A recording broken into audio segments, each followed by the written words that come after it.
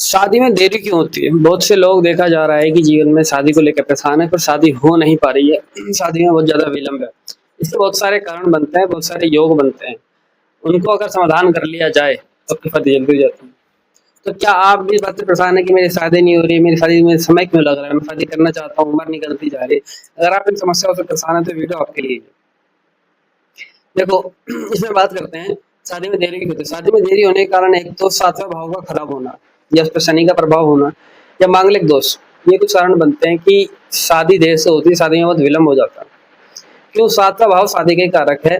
अगर सप्तम भाव का लाइफ पार्टनर का जीवन में आने का कारक है, अगर वो खराब है तो लाइफ पार्टनर आने में दिक्कत, परेशानी, समस्या होती है। तो उसको ठीक करना है तो बहुत जरूरी है, तो हम उसको ठीक कर लें। दूसरी बात, शनि का प्रभाव, अगर शनि की दृष्टि या शनि सातवें भाव में बैठा हुआ है, तो व्यक्ति की शादी बहुत विलंब से होती है, देर से होती है, उसमें कोई संशय नहीं है, क्योंकि शनि सब कुछ धीरे धीरे शनि शनि करते हैं। ठीक है, शनि का एक नाम शनिश्चर है, तो सभी जानते हैं उनका मंत्र भी ओम शम शनिश्चराय नमः। तो शनिश्चर का मतलब क्या है? जो शनि यानी धीरे, चर मतलब चलने वाला, यानी जो धीरे चलता है। तो शनि का स्वभाव है सब कुछ धीरे प्रदान करने का, धीरे चलने का, धीरे धीरे धीरे, शनि शनि। तो इस वजह से भी शनि की दशा होती है। मांगलिक दोष, मांगलिक दोष देखो थोड़ी भ्रांतियां भी हैं, मैं बता दूं। मांगलिक दोष खराब तो है, दिक्कत तो करता है, क्योंकि एनर्जी हाई होती है, मंगल की एनर्जी से प्रभावित होता है। और साथ ही समझना है केवल मंगल मांगलिक दोष होता है, पर मंगल अच्छा होता है कुंडली में। समझ रहे हो? मान लो जो मेष लगन की कुंडली है और मंगल लगन में बैठ जाए, मांगलिक दोष तो बनेगा बनेगा, पर साथ ही साथ देखो ना, मंगल उस कुंडली का मालिक है, तो अच्छा भी होता है, पर ज्यादा एनर्जी की वजह से मांगलिक वैसी एनर्जी वाला व्यक्ति मैच करना पड़ता है। तब दिक्कत नहीं आती है। समस्या तब आती है मेनली जब मंगल खराब हो और मांगलिक दोष बना हो, तब व्यक्ति की शादी में बहुत विलंब आता है, क्योंकि शादी होने नहीं देता। मैंने ऐसे केस भी देखे, लोग 40 साल के हो गए हैं, दोष बना हुआ है कुंडली में, सातवां भाव खराब है शनि की वजह से, मांगलिक दोष, और लोगों की शादी नहीं हो रही है। तो पहली बात तो इसके लिए कुंडली देखना बहुत जरूरी है।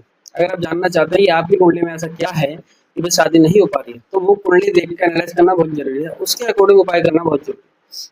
फिर भी कुछ उपाय ऐसे होते हैं जो बिना कुंडली देखे भी किए जा सकते हैं, जैसे मंगल चंडिका होता है, ठीक है, और उमा महेश्वर शिव शक्ति की आराधना एक साथ की जाती है, उनके मंत्र जाप किया जाता है, अनुष्ठान किया जाता है, इस तरह से चीजें होती है। और एक बात, को टोटका नहीं होता, तो टोटका करार जल्दी शादी हो जाएगी, मेरे हिसाब से तो नहीं है।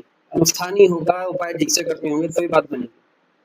तो कुंडली देखना और ये समझना कि हाँ क्या दोष बन रहा है कुंडली में, जिसकी वजह से शादी में विलंब हो रहा है, वो देखना बहुत जरूरी है। ठीक है, कई बार ये भी होता है कि दशा ही नहीं होती, जिस दशा में जिस योग में शादी होगी सब अच्छा है, पर दशा योग नहीं आ रहे, वो देर से है, वो विलंब से है, तो भी शादी में देर से विलंब से शादी होने का योग बनता है।